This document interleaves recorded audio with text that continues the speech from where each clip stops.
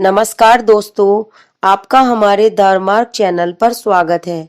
11 उपनिषदों का संक्षिप्त ज्ञान के अंतर्गत आज हम नाद बिंदु उपनिषद लेकर के आए हैं। वे संसार के प्राचीनतम ग्रंथ हैं। वेदों के विचार का क्षेत्र भुवः स्वाहा लोक है। पृथ्वी, जल, सूर्य, वायु, अंतरिक्ष है। अतः ये संपूर्ण मानव जाति के विकास ग्रंथ हैं। मानव शरीर में स्थित प्राणवायु, अपान वायु, समान वायु और व्यान वायु का दिग्दर्शन कराते हैं, जो सभी मानवों में समान है। इसीलिए वेद और उपनिषद सार्वभौम ग्रंथ है, अनुपम ग्रंथ है।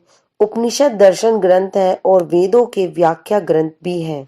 ये ब्रह्म सत्यम जगत मिथ्या सूत्र की सह उदाहरण पुष्टि करते हैं। इसीलिए सांसारिक बंधनों से मुक्ति पाकर आत्मा की उन्नति का उपदेश देते हैं। ये निर्गुण पर ब्रह्म, सगुण ब्रह्म और साकार अवतार ईश्वर के ब्रह्म को स्पष्ट करते हैं और तीनों की सत्यता सिद्ध करते हैं।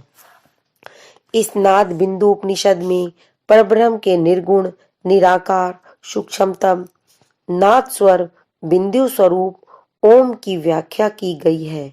ध्यान की 12 अवस्थाओं का बोध कराया गया है। उपासना ईश स्मरण से इन 12 अवस्थाओं में निरंतर उन्नति प्रगति करने का क्रियात्मक उपदेश दिया गया है, जिससे वैष्णवी अवस्था में पहुंचकर आत्मा में ब्रह्म का आभास होने लगता है।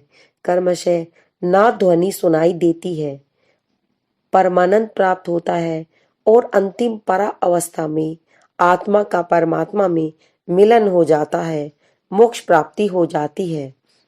नाद बिंदु उपनिषद स्पष्ट व्याख्या करता है कि हमारा मानव शरीर ही ब्रह्म का स्वरूप है।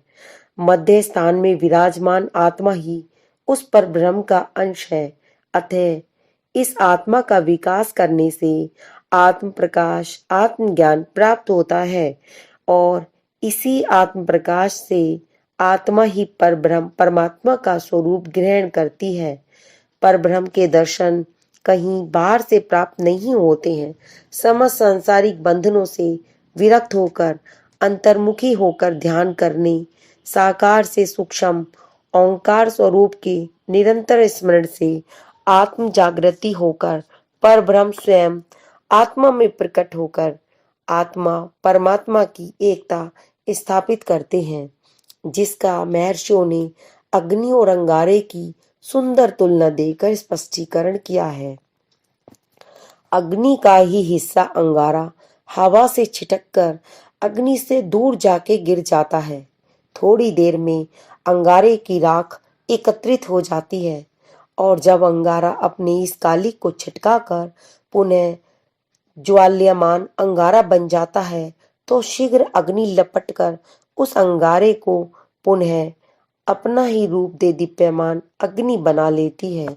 उसी प्रकार परब्रह्म का अंश जीवात्मा अपने पुरुषार्थ से अपने सभी कालुष्य मिटाकर अपना शुद्ध पवित्र स्वरूप निखार लेता है। ध्यान, नाद और जप इन सब से उसे परब्रह्म के पास दौड़ना नहीं पड़ता। वह परब्रह्म स्वयं आकर अपना ज्योतिर्मय स्वरूप प्रकट कर आत्मा से पूर्ण आलिंगन कर लेता है, अपना ही ज्योतिर्मय स्वरूप बना लेता है। यही नाद बिंदु उपनिषद का उपदेश है।